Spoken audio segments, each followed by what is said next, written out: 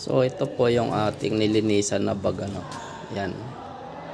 So naglinis na po tayo, in-script na po natin yan. Ito, tinanggal natin yung sobrang plastic, ano. In-script natin yung labas. Dati po yan ay ganito, merong ganito, ano. Yan. Meron siyang cotton waste. So mas nakakabuti po na tinatanggal po natin ito, no. Yan. So dahil ito po ay nag-iipon po ito ng tubig, nagsisip-sip ng tubig itong bulak na to. So may tendency na malunod yung mga nasa paligid nito na amag.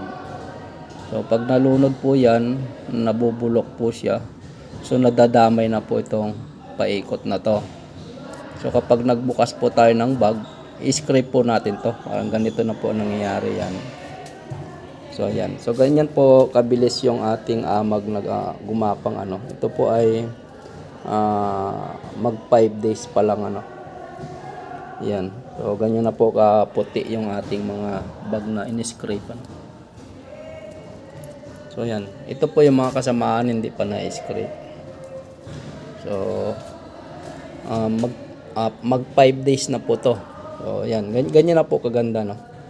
So mag-aantay na lang po tayo ng ilang araw dyan. Bubunga na po yan. So dapat po ganyan. So pagbukas po ninyo ng bag, isama nyo na pa ito. Tuklapin nyo na to, no. Alisin nyo to dahil ayan po, nag-uumpisa na siyang mamatay yung nasa gilid nito dahil ito po ay nag-absorb ng tubig. So tatanggalin na po natin to, no. So yan. Kapag nag-scrape po tayo, nagbukas po tayo ng bag, hilahin nyo lang ito. Ayan, o. Yan. Ganyan na po yung mangyayari.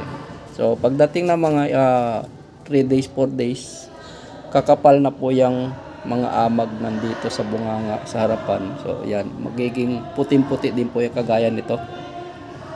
So, yan. In 7 days or 10 days, bubunga na po itong ating bag na to. Maraming salamat po.